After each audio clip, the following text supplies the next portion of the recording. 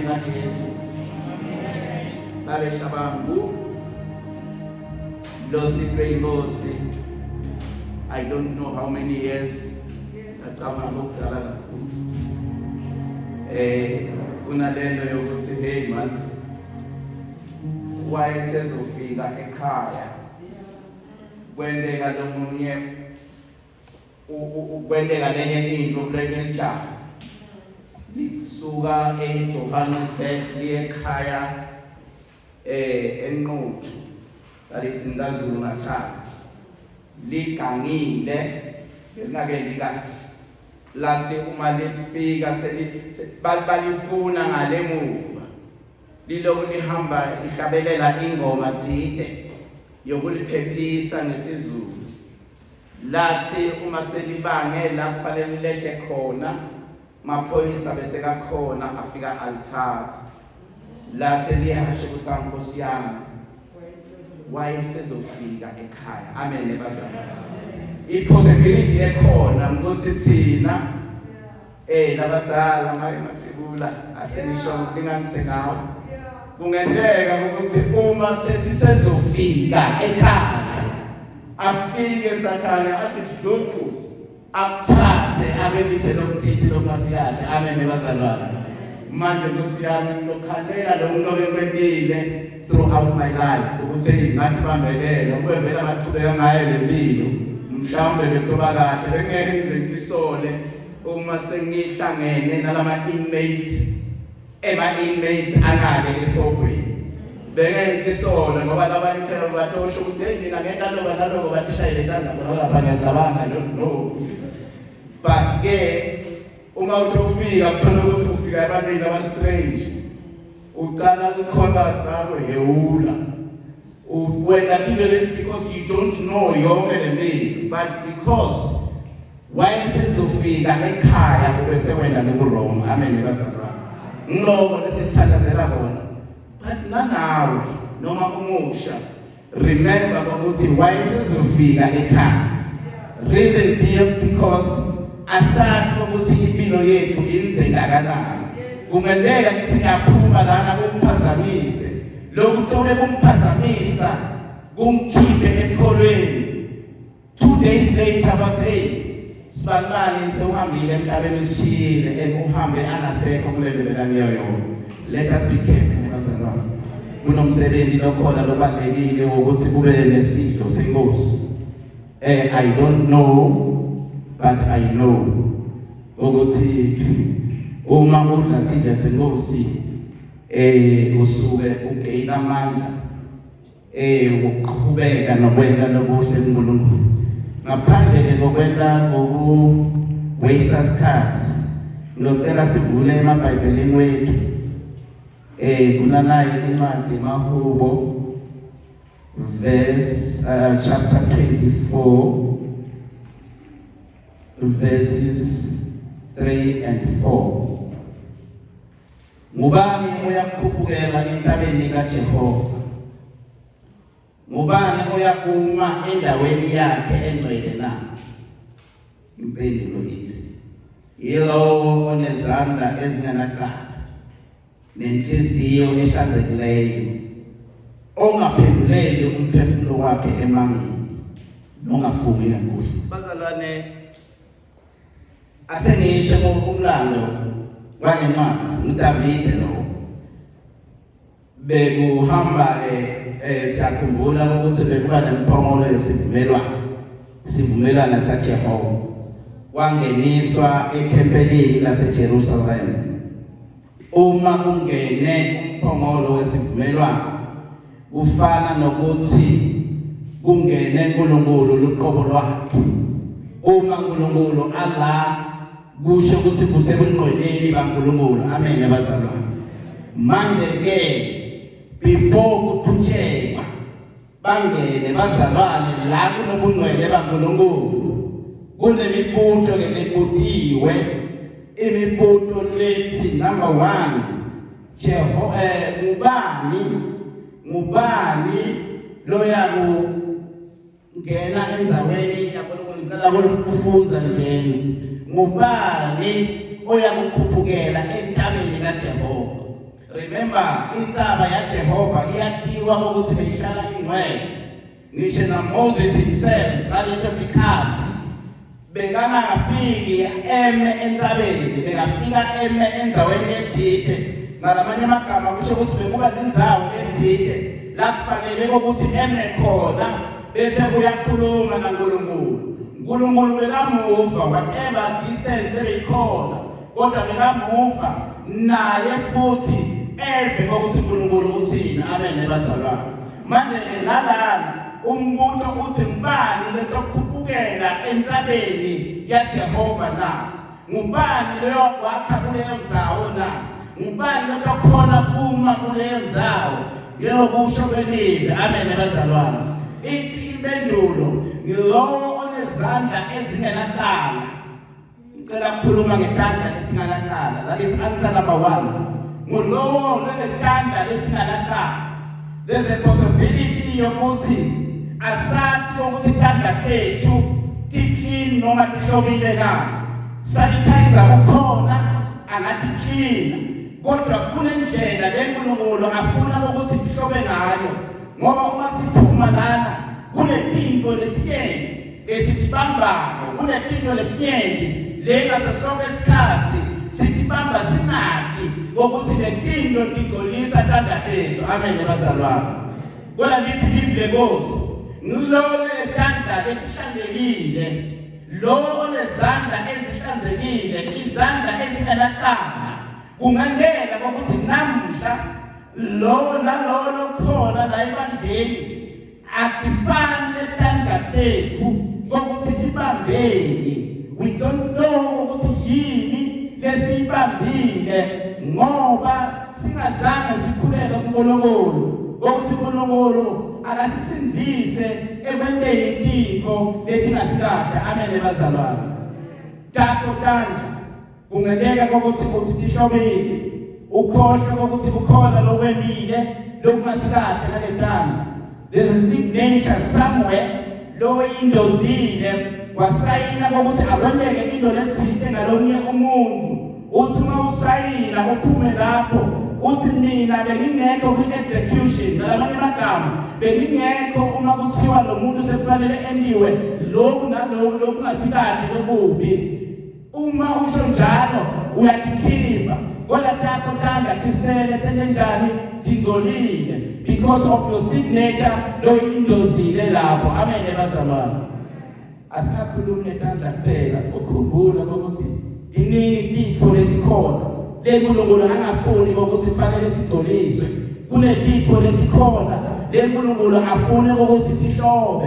Sikukhumbula ukuthi thina wena wonke njengoba unjalo mina wonke njengoba unjalo ngimntwana waNkulunkulu. Uma angiletha kulomhlaba ungilethe mhlobile ngoba khona into letingcolisayo. Ngalamanye amagama kufanele ukuthi mina ngaso sonke isikhathi ngihlabe ngibe kulowo ohlanekile. Amen bazalwane. Sometimes bakuphathisa into thide lekufanelanga uyiphathe umzalwane. Hey babelani usiphathisa la. Yes, I know. Ukuthi bakuphathisa lento leyo and you don't know utobe kungathi usikanjani. uNkulunkulu uma ungenalwazi akunankinga naloko, kodwa ungaze ube nelwazi asewukuyekela ungasakubambi lokho. Kunetinto thide leyototenda ngaletandla takho, fighting ngaletandla takho, uqalekise ngaletandla takho, ufume ngaletandla takho, ukhombe ngaletandla takho. Uthi uma ukwendile lokho tandla takho kutholakala tingcolile. Lithi live lekosi namhla empendulweni yokuthi ngubani loyakuma endlini kaSimakazi la? Ngubani lokukhuphukela entsabeni yakhe la? Impendulo ithi ngilo onezandla ezingenacala. Ngalamanye amagama tandla takho yengasho ukuthi atinacala. Amen bazalwane. Impendulo yesibili ethi lo onenhliziyo ehlanzekileyo.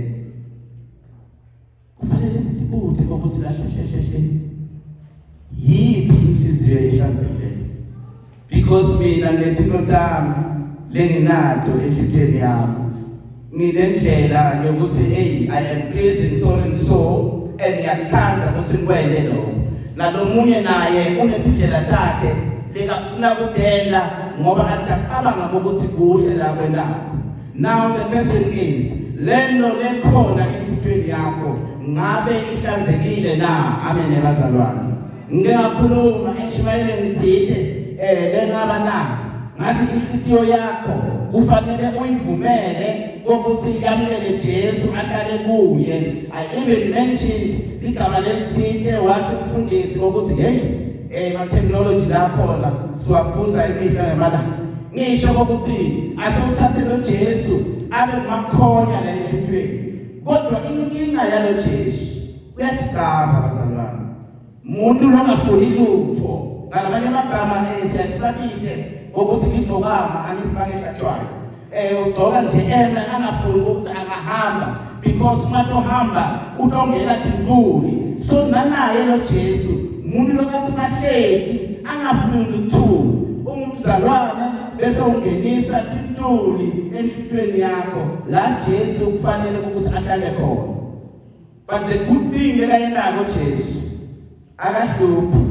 Uvele asukume athi la angihlala because it is not clean. Bese uyahamba utoyithola inhliziyo yamake munye lehlobile lekanakhona kuhlala kuyo. Nawe ungambika namhla Jesu usho ukuthi Nkosi Jesu inhliziyo yami ihlanzekile buya utohlala khona. Inhliziyo lehlala inemagqubu isuke ingakahlanzeki. Inhliziyo lenemidlizo lemibi isuke ingakahlanzeki. Inhliziyo letoba nomona isuke ingakahlanzeki. Inhliziyo letoba nenzondo isuke ingakahlanzeki. Ungengeka ukuthi namhla phakathi kwethu usasenomuntu uthithe losho kona ukuthi hayi lo yena cha angeke ngaze ngamxolela, lo yena cha angeke ngaze ngamthanda. Bathulile la namhla bakhuluma ngoNkulunkulu losithanzile. Ngalamanye amagama uNkulunkulu uma asithanzile kusho kona ukuthi akasiyekeli. Into lefanele ukuthi nanathi sipractice kona lokho ukuthi sithanzele. Ngabe khona uqhubu kuwe na? Ngabe ikhona inzondo kuwe na? Ngabe khona mhlawumbe kucabanga umuntu kabi because there's time la usiyasukuma uthi uyafuna kwendela okuthide kwendele umuntu bese kuthi eceleni balelihitiyo hayi why umendele into lefana leyo uyamspoila mhlawumbe lo muntu lowo. Don't do that. Ngalamanye amagama inhliziyo yakho isingakahloli kunensipho leyatiko ukuklina la enhliziyweni. Hayi iMacBlack amen bazalwane. Hayi lekithi isipho letikhona lesiyayisithi 7 days. Sine variety yetisipho and sine choice lesiyendayo. Kodwa le yinye kuphela yokuhlala inhliziyo, yokuklina inhliziyo yomuntu ukuthi ingabi nazo tonke letinto. Iyini lesipho emuJesu. Amen. Invite Jesus Christ ukuthi ethe enhliziyweni yakho. Uma afika khona afike ayihlale lenhliziyo. Amen bazalwane. Asesibukeni ukuthi sikuphi lokunye lekakusho futhi ukuthi lo muntu lotokhona ukukhuphukela entabeni yakhe leyingcwele nojani na bathi ongaphenduleli umphefumulo wakhe emangeni. Amen bazalwane. Angithi ngingakhuluma ngale gama leli vanity legama lelo liyayichaza kukholela noma kwenda into emveni lengaphili. Amen bazalwane. Emveni lefile angaze asho lomunye loqaqele ukuthi hayi lento layikhulumaka ayikho lento because lo muntu lento layikhulumako ingacarry iweight yokuthi ingamelana neqiniso laNkulunkulu. Alamanye amagama lento inemanga. So uma umphefumulo wakho uyomphendulela emangeni ngalamanye amagama unesparako siyami unesupporter yeliphila lelibolile elokuthi noma wathi mhlawumbe usekela kulo you are going to fall utokuwa because lelo injani ibolile. So uthembele emveni lengekho, uthembele emveni lengemanga. Kodwa kuhle ukuthi namhla sikwazi ukuthi sithembele emveni lesatiko ukuthi lento iqinile. Iyini lento leyo? inguJesu. Amen bazalwane. InguJesu. If sophendulela imiphefumulo yethu eqiniseni lelinguJesu, we know ukuthi siparakile sisimile angeke saze sanikaliswa. Why? Because there is a Jesus losisapotile lomile. Amen bazalwane. Hey, ekugcineni bathi nongafungi ngenkohliso.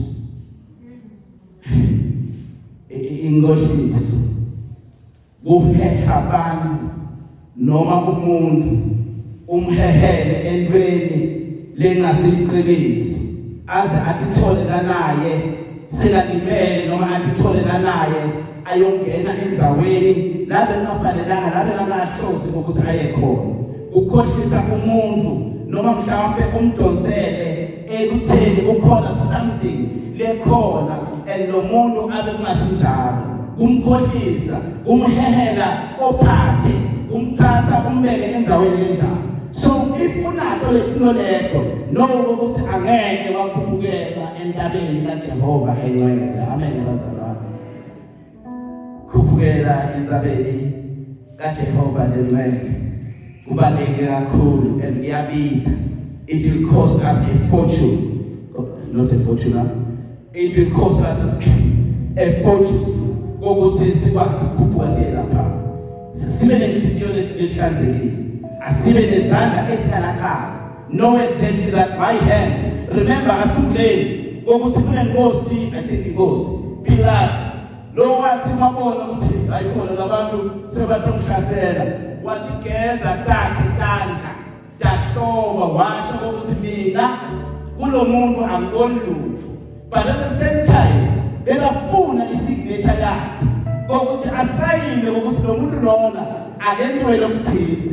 Wena naye ukubona ukuthi wathi asentigeze letamtanda kuze kimi kungabithwa letino letendelelako ngami lokusitendwe ngimi mina angaboni lutho. Amen bazalwane.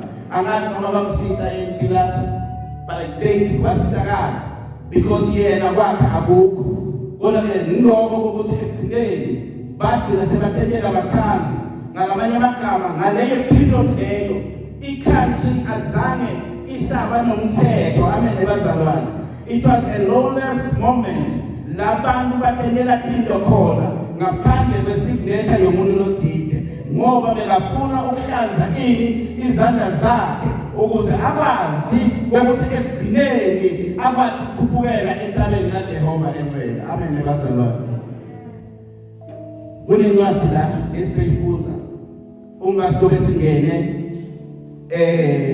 kule section letolandzela nyalo. Kuneverse elithathayo. Leli verse lithi lodla lesi singa aphuze leli gazi ngokungafanele utendela yena licala lelokuthi akayokusinza kulo. Ngalamanye amagama uyakubasela yena asakaqeda ukubasela bese ke futhi uzama kufanele ukuthi azame nokuthi atiqishela. Ngiyasathi lesisho leso siyazibasela siyazishela ngalamanye amagama uyazibasela yena. So ngifuna kusho ukuthi kule possibility yokuthi uma singena kule session lezithe kufana nokugibela entsabeni yaNkulunkulu lengcwele singakafanele ukuthi siye khona sigibele khona tandla tethu tibe tinengadi tandla tethu tibe tinobona. Remember ukuthi into leyo waKhayini lekhathi atosonza bhuti wakhe Abel uNkulunkulu wambuza waze wamtshela ukuthi Abel wena waKhayini yathi ukuthi ingadi yomnakenu iyanemeheda elibithwa futhi egameni lakho. Kungani lokho? Ukuthi uNkulunkulu uyabona konke lokukhona lesikwelako thina sibe singaboni ukuthi siyabona ngoba letinto lesitendako sizenza ekusithelena. Msonto bazalwane kusho njalo sitenda la kufihlakale khona sibe neshone hope yokuthi kude umuntu osibonile. Wena ukhona Jehova lona mehlo lakhaliphile uyobona konke. Uyathi ukuthi namanje tanda tethu adisitike. Uyathi nokuthi namhla tinhlithiyo tethu adikahlobo. Asifanelanga ukuthi sikhuphuke insaba siyongena endaweni yakhe lengcwele. Ngizocela ukuthi siwavale lamehlo. Normally sivamise ukusivala amehlo bese uphakamisa isandla. Ingani bafundisi babona ukuthi uma kuthiwa siphakamise sakho sandla kude ukhona ukuthi usitakala. Bantu basaba ubuka nomunye ukuthi bathi bantu thini bantu basibabeshaba ngisimbona phakamisa isandla betibili. Kusho ukuthi isandla lakhe adikahlobo nenhlitiyo yakhe ayikahlobo. Uma kwendeka lokho nalokho sibonile ukuthi njani. Mina ngosasiwavaleni lamehlo. Kodwa singaphakamisa isandla lethi sisaseliwe uNkulunkulu laseneletola. Phakamisa isandla takho enhlitiyweni yakho, you know ukuthi ukhona lokhona. Uyakwazi lo uma sithandazela into ethandazelwa umuntu lonedingo lekufana nalento ukuthi uma tikhona atikhele kude nanawe utokwazi ukukhuphuka le-step uhambe uyongena enzabeni kaNkulunkulu lengcwele ngoba utobe sewufanelekile ukuthi ungangena kuleyo nzaba. Ngizocela sivale amehlo ethu singakasukumi nje lasihleli phansi. Umfundisi ngicela asithandazele, athandazele bonke labo my belief umfundisi ukuthi sonke usithandazele esinezandla ezinamacala, sonke usithandazele esinenhliziyo ezingakahlanzeki, sonke usithandazele esineyinkinga zokuphembelela umphefumulo wethu emangeni, sonke usithandazele thina esifunga ngenkohliso. Athiyo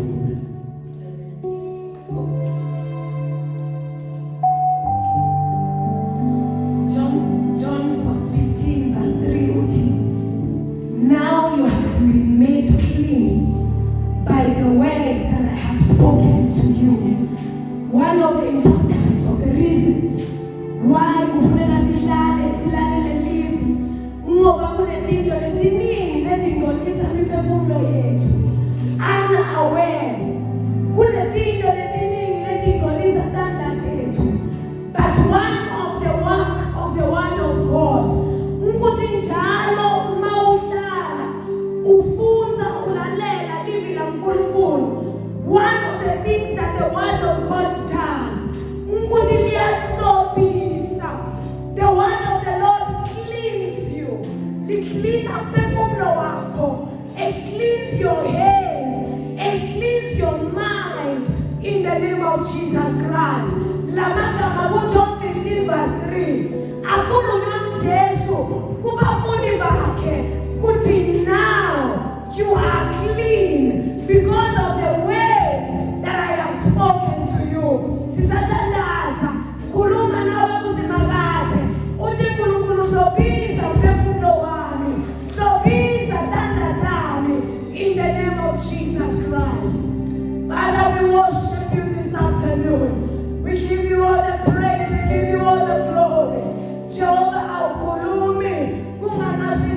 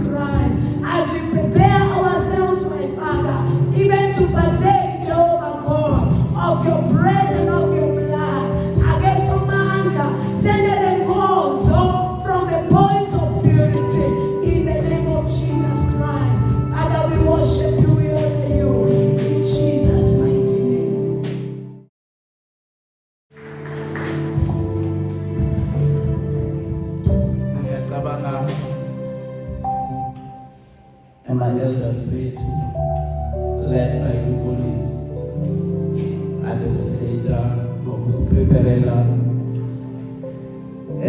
sidlo la uNkulunkulu namhla afuna ukuthi sihlanganise naye ngaso.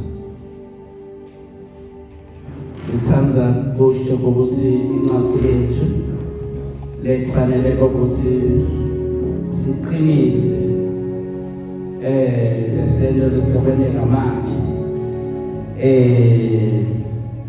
siwathole siwafunze sathi ukuthi kuya ngani kufanele sibenjani. Ngizonikeza futhi i-background thile ngesinto sengosi siyobe silapha kwabaseKorinte kokuqala sahluko kutoka ngo 1 Corinthians sahluko kutoka ngo-11 siyofunza emavesana nje lathile sendele ukuthi sindalele noma silungiselele lokho lekufanele kusibaleke ngalesikhathi sanyama. Lana the verse will be 23 kuyona mngakela kufanele kufanele khona 1 Corinthians 11 verse 23. Kunenkinga lebeyeleka ebandleni laseKorinte. Maningi emabandla la Paul athi kusitwa uNkulunkulu wawalobela incwadi letithile kulokunye bekababhalela ngoba athi ukuthi kunokungahambi kahle la siyofunza khona siyathi ukuthi lesidlo saNkulunkulu noma isidlo senkosi besingaphathwa ngendlela lefanele bekwendeka nje tinto tixubene letingasinto letikahle. Ingako Paul wathi mabuka wathi kuhle ukuthi ngibatshele labazalwane ngoba angithi munye uyasukuma bese uyasho ukuthi Paul lana sekunenkinga kunesidididi ebandleni. Amen bazalwane. Asima atshele Paul abone ukuthi kufanele ngiyoyi-attenda le problem lena. Maningi ama-problems lawa athendile maningi lokela incwadi ababonke basefeso baseKorinte bakuphi bekaloku ababhalela asho ukuthi kunani wonke amabandla la khona khona. I-correction yakhe ke lana bekungukuthi akunasidingo sokuthi kungabangiswana. Uyasho futhi ukuthi uyadi ukuthi ngiyadi ukuthi ebandleni kuba nemaqembu lakhona kodwa kunye lokufanele sikwele asendeni lokuqiniso. Amen bazalwane. Lokho lokuqiniso kufanele sende kona bese siyakhona ukuthi sihlangane naJesu. Uthi ke uma asho lana ngicela kufunza kuverse 23 yes. Ngokuba mina ngabamukela enkosini lokho nenganikwa kona nenganinika kona ukuthi inkosi uJesu ngalobo busuku akhashelwa ngabo wathabatha isinkwa wabo wasihlephula wathi lokhu kungumzimba wami ohlethilelwe nini. Lokhu kwenzeni ukuba ningikhumbule. Amen. Ithi uma niqhubeka lana kanjalo wathatha lesitsha emva kokudla kwakusihlwa wathi lesi sitsha sisivumelwano esisha egazini lami. Lokhu kwenzeni ngezikhathi zonke enisiphuza ngazo ukuba ningikhumbule. Ngokuba kanjalo uma nxa nidla lesi sinkwa niphuza lesi sitsha nimemezela ukufa kwenkosi ize ifike. Ngiyocela kuthandaza Baba egameni likaJesu. Baba nasi siyalele Nkosi nesinikwe Nkosi ngomphostoli wakho. Baba lo wafunza wabuye futhi wasifundisa. Ukuthi ngiyiphi indlela lokuyo yona. Nkosi emakhosi egameni likaJesu Kristu waseNazaretha. Sibona Nkosi achaza ukuthi Nkosi yena Jesu Kristu uqobo lwakhe wahlephula lesikwa kwabanika bafundi bakhe. Washo ukuthi kufanele basidle ngoba lokhu kufana nokuhlanganisa nomthimba wakhe.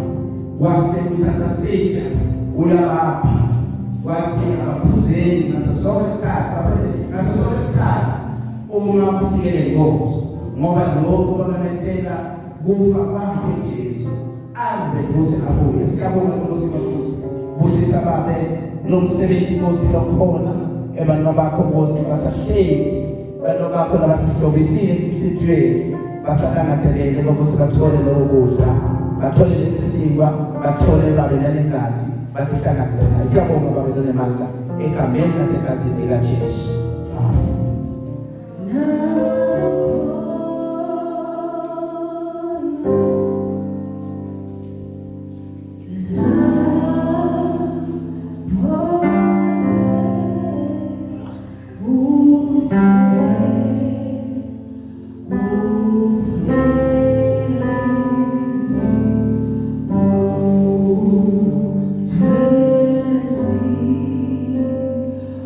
Oh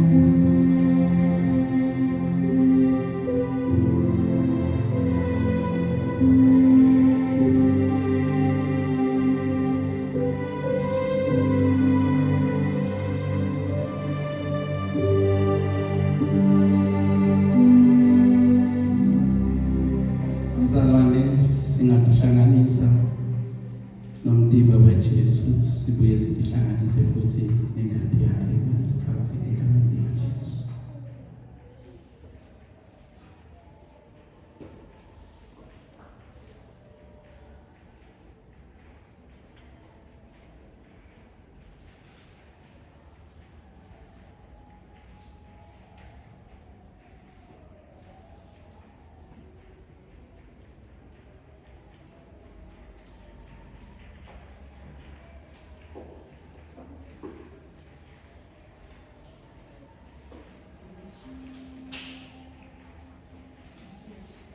Idothanisa Baba wethu egameni likaJesu inkonzo lena lehlele ngowe wayihlelela thina Babe siyanxusa